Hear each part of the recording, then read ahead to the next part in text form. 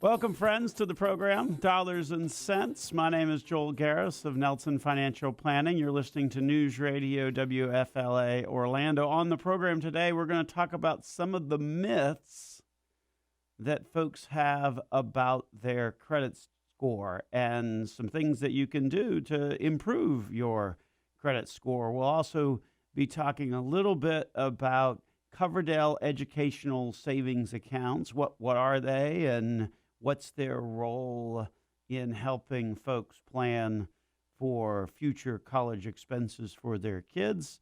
And then, if we have time, we will talk a little bit about 15 versus 30-year mortgages. We talked a little bit about that on the program last week, or perhaps it was the week before, and wanted to just do some follow-up on the difference between a 15 versus a 30-year mortgage and some of the things that you may want to be thinking about if you're trying to decide between which of those options to go with. So that's what's on tap for the program. We'll start with the Coverdell Educational Savings Account. Now, many people don't realize that the Coverdell Educational Savings Account actually started out as an educational IRA. That was originally what it was called, but over time,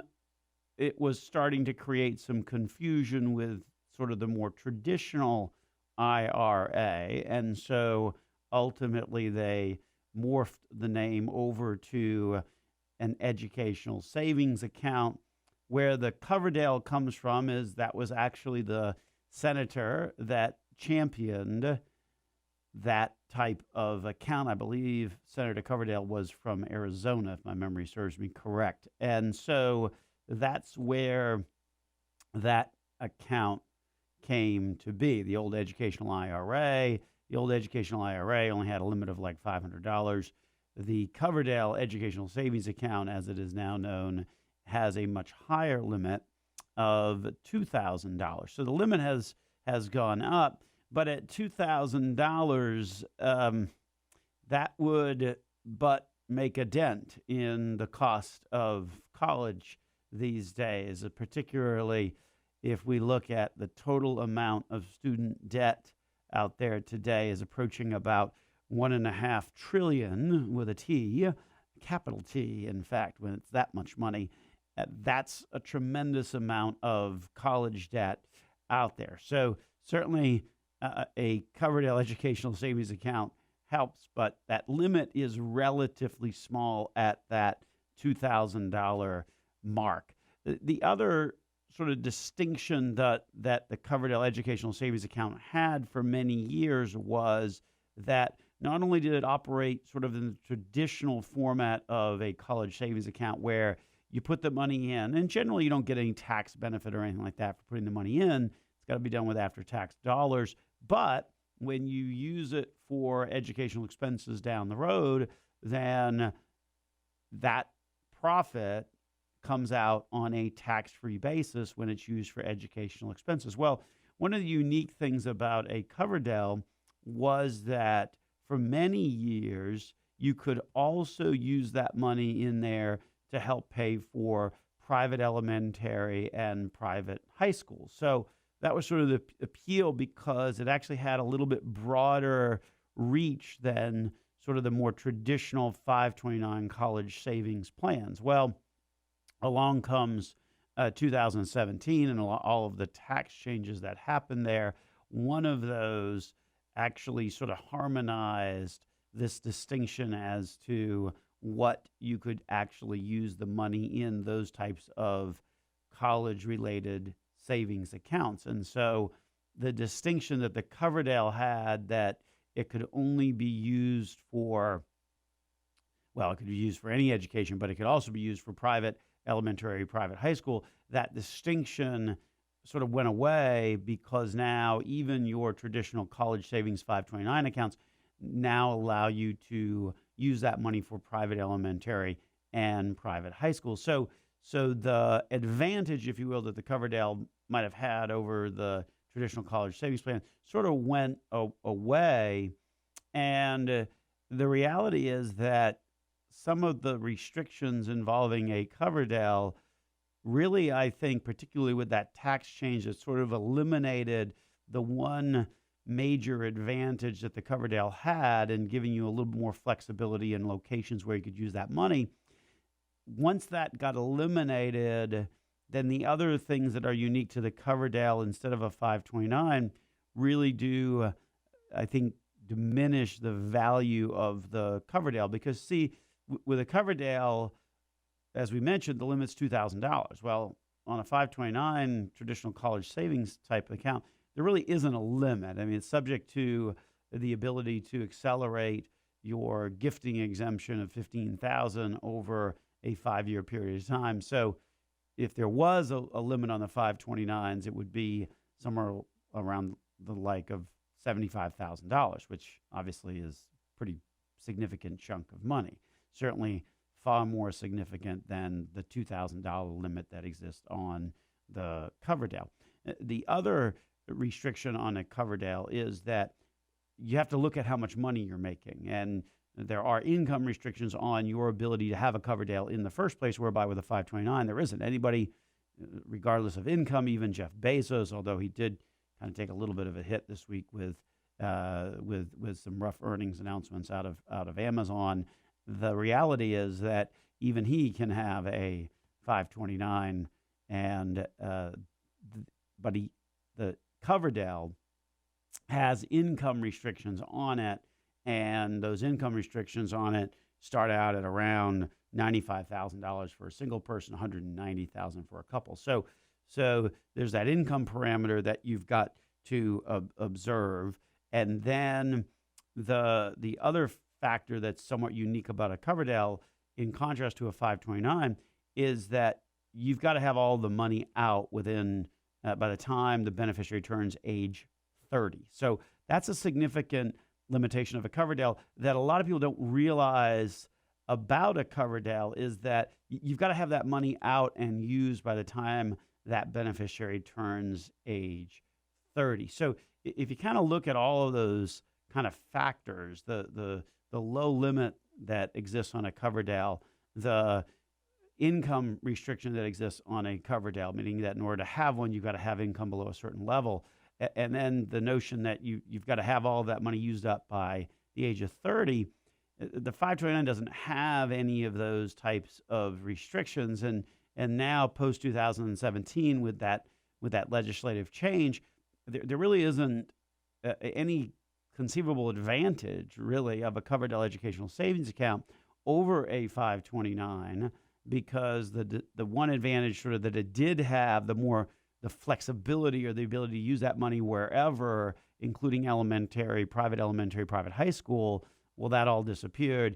And now you can use a 529 for private elementary, private high school as well, just like a Coverdell. So it's kind of interesting, I think, in my mind, when they changed the tax code in 2017, it effectively sounded the death knell for Coverdell educational savings accounts. Because why would you bother to have an account that didn't really offer any additional opportunities for utilizing that money, but yet at the same time offered or had a series of limitations, from a much lower contribution level to, I've got to check my income and make sure I'm still eligible, to, how old is my beneficiary when they hit 30? Forget it, okay? Those are some pretty significant restrictions. So between the two, I think, obviously the 529, much better option, and the Coverdell no longer as unique of an option as it once was. So if you're sitting there trying to make that decision as to what makes sense for you, I would say look at the 529, because those restrictions on the Coverdell effectively undermine its utilization and effectiveness. So anyway, when we get back, we will continue on with the conversation here on Dollars and Cents. We will be chatting a little bit about some of the myths associated with your credit score, so you don't want to miss that segment coming up next on the program here on News Radio WFLA Orlando. Howdy, folks. Welcome to the program Dollars and Cents. Joel Garris here of Nelson Financial Planning. This segment of the program, we're going to chat a little bit about some of the myths versus reality about your credit score. So before we start to talk about that, we'll get some of the numbers on the table, right? The average credit score in America today is about 706. Negative information stays on your credit score about 7 years. There are 47 states that allow your credit score to be part of the factors involving how much you get charged for your auto insurance premium. So it affects you. The old credit score affects you in a lot of ways in which you don't think that it does. Combined with the fact that what is even more disturbing is the average credit card balance in America today is $8,600.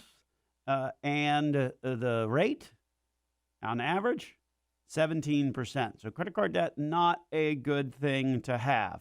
What makes up that credit score? Well, it's usually a mix of 5 different things. Payment history usually accounts for about 35%. The amount you owe accounts for 30%. And the length of your credit history, how long you've had debt, about 15%. Whether you've gotten new credit recently, that's another like 10%. And then the credit mix that you have, another 10%. So there's a number of things that go into that credit score, and that obviously is what creates a lot of myths versus reality. So we'll spend some time talking through them. One of the things we did this past week is we posted a chart courtesy of the folks at Wall Street Journal. They had a chart that actually had like green and yellow and orange and red and some of the activities that you can do and whether they were a positive or a negative on your credit score. So be sure to check that out on our social media, and you'll find that picture that we took from the Wall Street Journal. So some good information there. One of the biggest myths associated with your credit score is a lot of folks think that if I check my score, that's going to adversely impact me. And that's where you really have to draw the distinction between a hard inquiry versus a soft inquiry. So a hard inquiry is, hey, I'm making an application for a loan. Obviously, that's going to affect your credit score by a few points. Why? Because the credit bureaus look at it and say, well, wait a minute, why is he applying for credit? Why does he need credit? Is he in trouble? Is he trying to borrow money to help pay his bills? That's why when you'd have a hard inquiry, meaning I'm applying for a new loan, why you would see that affect your credit score by a few points. In contrast to that are soft inquiries. Softer inquiries would be ones made by your employer, and so those types of inquiries are considered soft and aren't a direct hit on your credit score. They don't rise to the same level of request. That's just an informational request. And so an informational request isn't going to affect your credit score like that hard inquiry for looking for a new credit would. Another very popular myth is that all you need to do is to pay your bills on time. And that's the way in which you will achieve the best possible credit score. Well, if you think back to those 5 pieces of information that make up your credit score, payment of the bills was only one part of them. Now, granted, it was the largest component, but there were a lot of other components that come into play, particularly when you think about credit utilization. How much of your credit are you using? If you're constantly going out and maximizing out all of your credit cards, that presents a picture that's going to actually adversely impact your credit score, regardless of whether you pay them off each and every month. So remember, it's about to get the best possible credit score. it really is about how you utilize your credit. So one of the things that you really may want to do is, if you've got a couple of different credit cards, there's one sort of like most people that you use predominantly, and let's say that particular month there's some larger expenses on that, so you're running up closer to the limit, you may really want to take out that second credit card and use that then for the remainder of the month, so that it doesn't look like you are overutilizing the credit on one particular card. So general rule of thumb is you always want to use about 30% or so of the available credit. Obviously, lower on that is better. Ideally, you want to be at 10%. But once you start kind of getting up to the 30% mark of your credit limit, then it really may be better to switch over and use a different card. So again, that credit utilization aspect, that piece that comes into play for determining your credit score, doesn't adversely impact how much you are hitting your credit score. So it's not just about making the payments and making the payments on time and paying off the credit cards.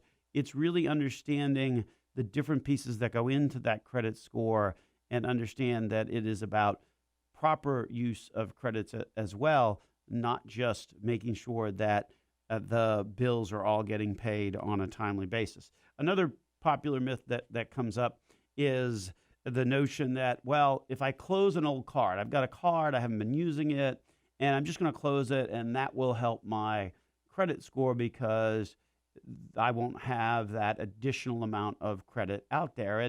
And that's understandable where that logic comes from. But the problem with that is that then eliminates a piece of credit history that has a long tenure. And one of those elements that comes into play for your credit score is, in fact, the length of your credit history. So the more of those old cards you sort of, okay, I'm done. I haven't really been using it. I'm just going to get rid of it. I'm going to close it down. The more you do that, the more you shorten the length of your credit history. So by reducing that longevity, it will, in fact, have an adverse effect on your FICO score. Similarly, another question that people think that would affect their credit score is if you wind up comparison shopping. Let's say you're getting a mortgage, or you're looking at a car loan or something like that, and you go to a bunch of different places and ultimately do some comparison shopping for rates and terms. And you think, oh my goodness, if I'm asking 2 or 3 different people during this comparison shopping process, they're all pulling my credit, and that's going to adversely affect my credit score. Well, certainly when you inquire for new credit, it does affect your credit score, but the credit bureaus will generally group inquiries of the same type together. They know, or they understand, that you are, like any consumer, doing some comparison shopping. And so if they see a bunch of different inquiries, then they will wind up sort of grouping those all together within like a 14-day period, or sometimes it's as long as a 45-day period. But if you're shopping around, you've got to make sure that you're doing that within a particular time frame and not spreading it out over weeks and months when you are doing that. So that's some of the things that you can do to try and improve your credit score, and also to make sure that you understand the real things that come into play as it relates to your credit score. We'll have that and more when we return here on Dollars and Cents. This is Joel Garris of Nelson Financial Planning, News Radio, or WFLA Orlando. Welcome back to the program, ladies and gentlemen. Dollars and Cents here on News Radio WFLA Orlando. This is Joel Garris of Nelson Financial Planning. On the program today, we're talking a little bit about some of the myths involving your credit score and what you can do differently to make sure that you're not adversely impacting your credit score when you think that you aren't. And similarly, ways to improve your credit score as well. Plus, in this segment, we'll talk about some of the programs that are out there that are relatively new, that are meant to help you improve your credit score. Perhaps you've seen the ads on TV. Experian Boost is one of them that's been getting a lot of advertising. And so we want to talk about that as well here in this segment. Most importantly, when it comes to your credit score, remember there are 5 pieces that go into that. It's not just your payment history. That accounts for about 35% of the traditional FICO score. It's the amount that you owe. That accounts for another 30%. The length of your credit history, how long you've had debt outstanding, that accounts for another 15%.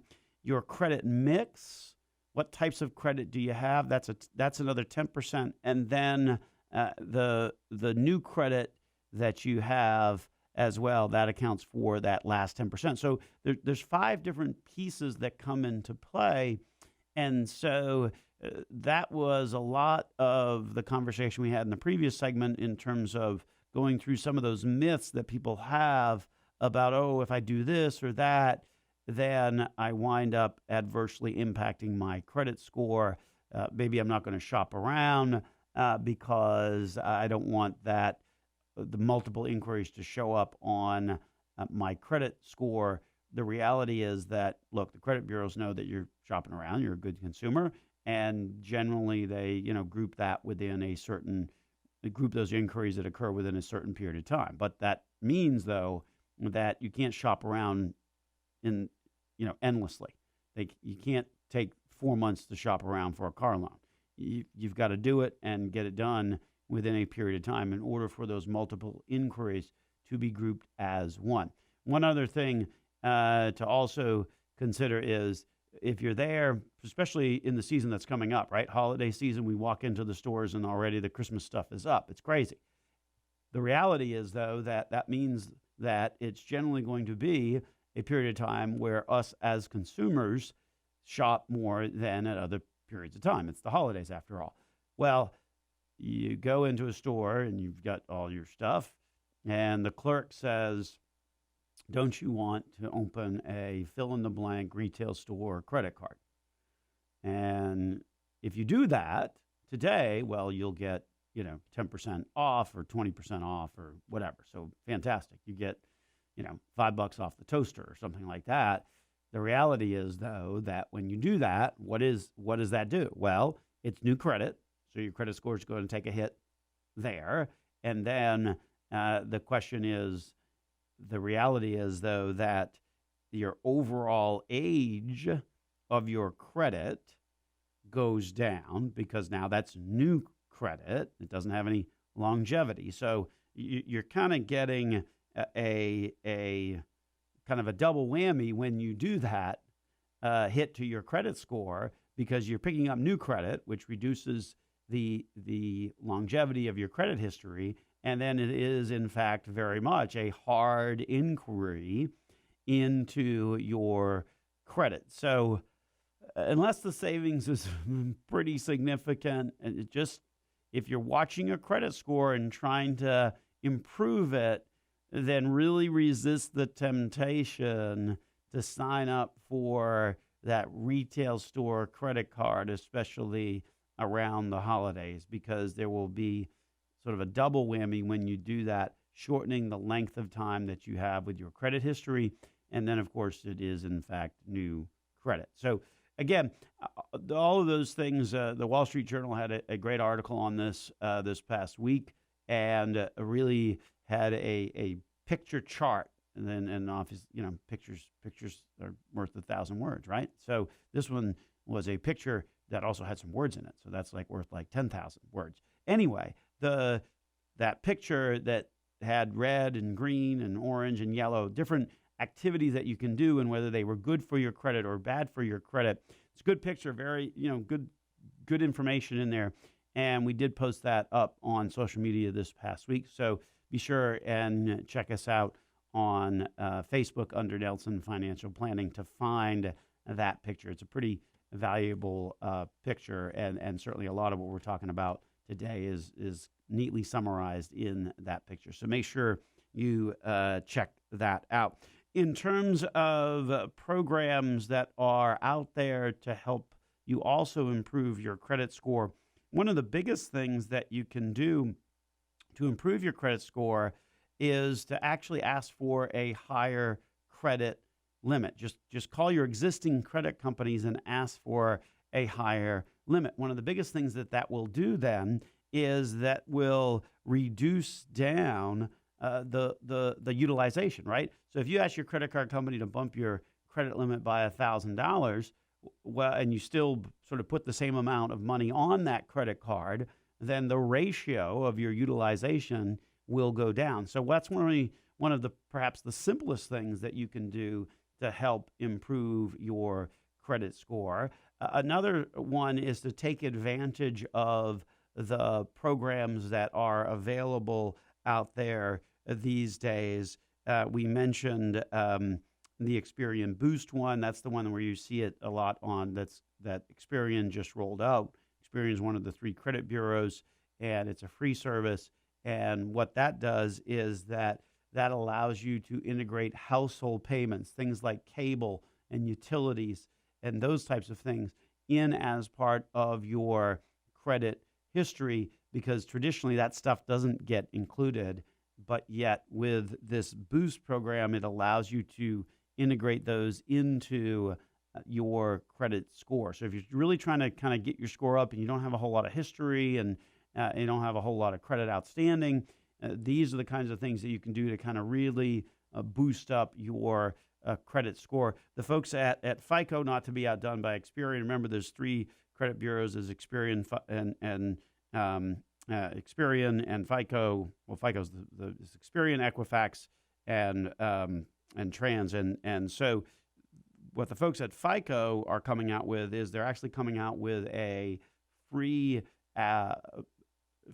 option to be able to link your banking and checking account to their scoring as well. And so ultimately, because you good history on the checking account side of things, that traditionally would not go to your FICO score.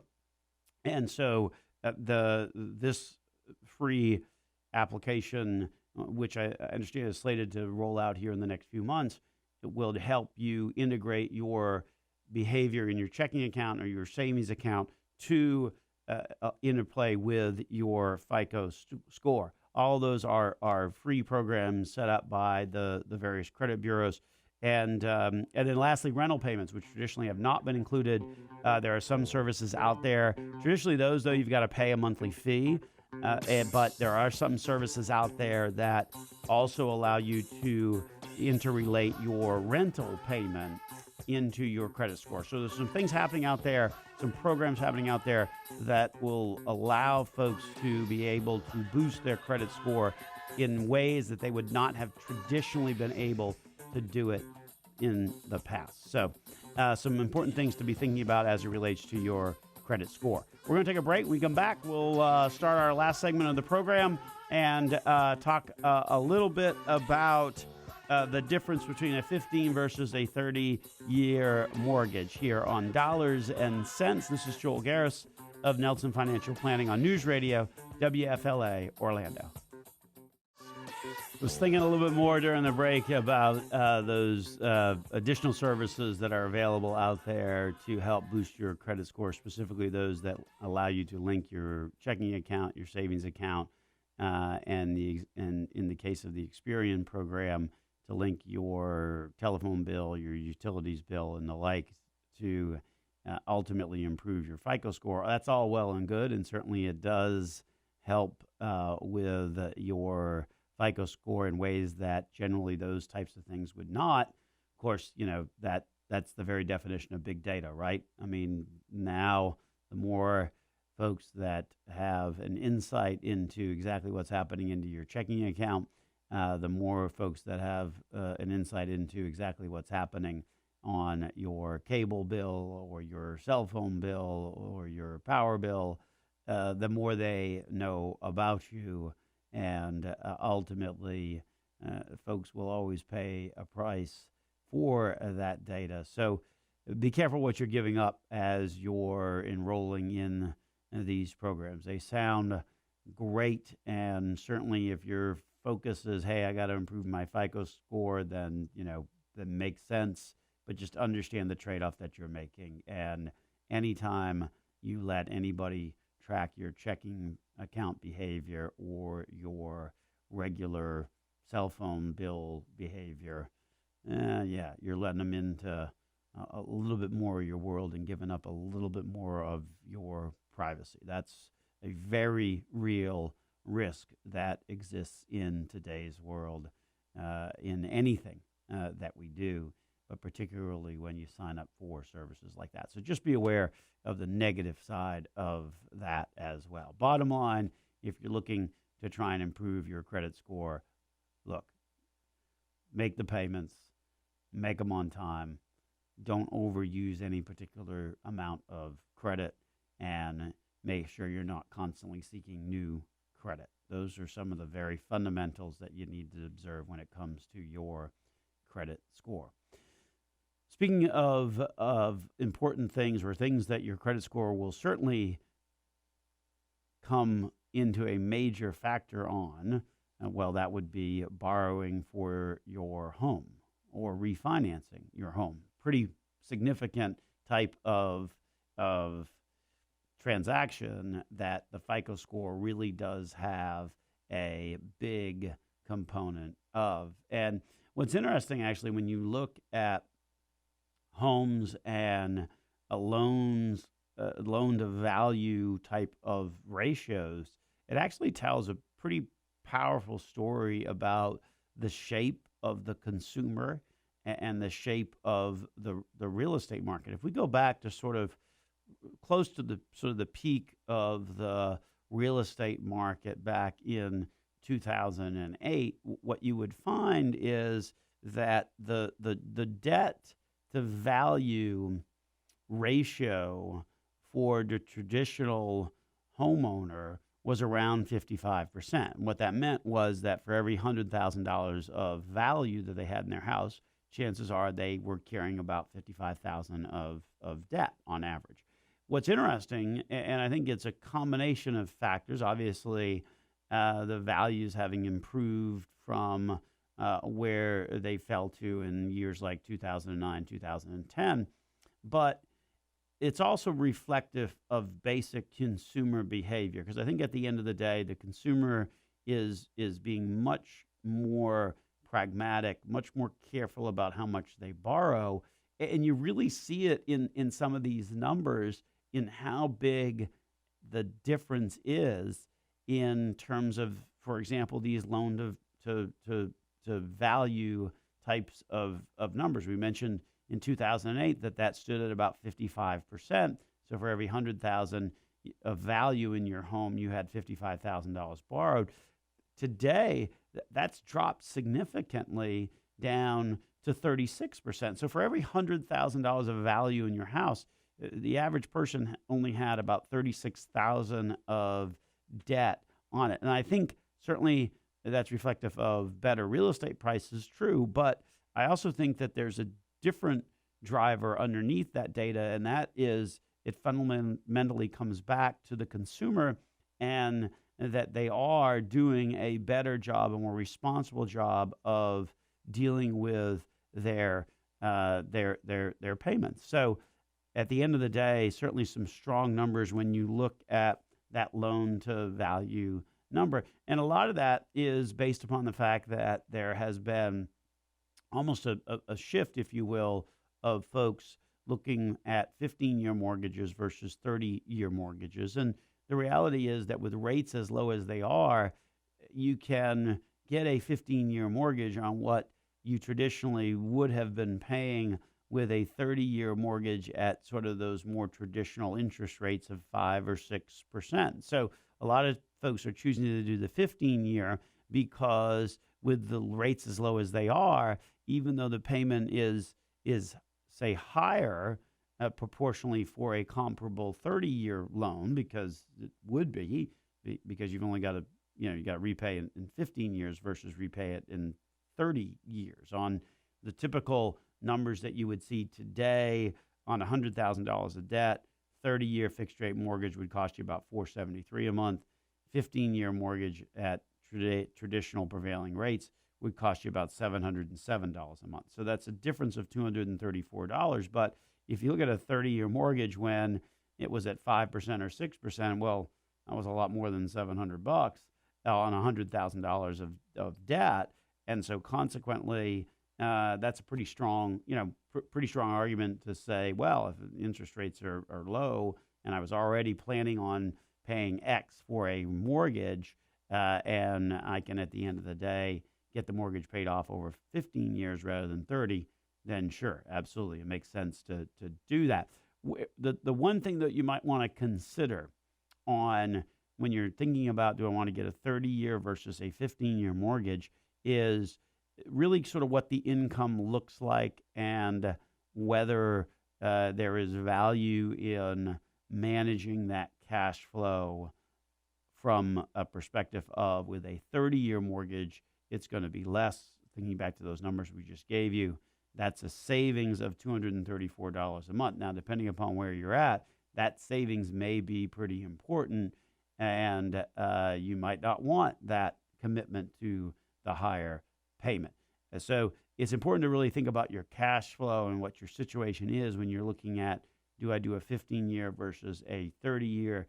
You can always put extra money. If you decide to do that longer loan, understand that you can always put extra money on that loan, and ultimately that will, in essence, accomplish the same thing in terms of getting rid of that loan over a shorter period of time. So again, when you're looking at that 15 versus a 30-year, it certainly makes sense. The 15-year is a good option for a couple of reasons. Number one, it gets it paid off in half the time.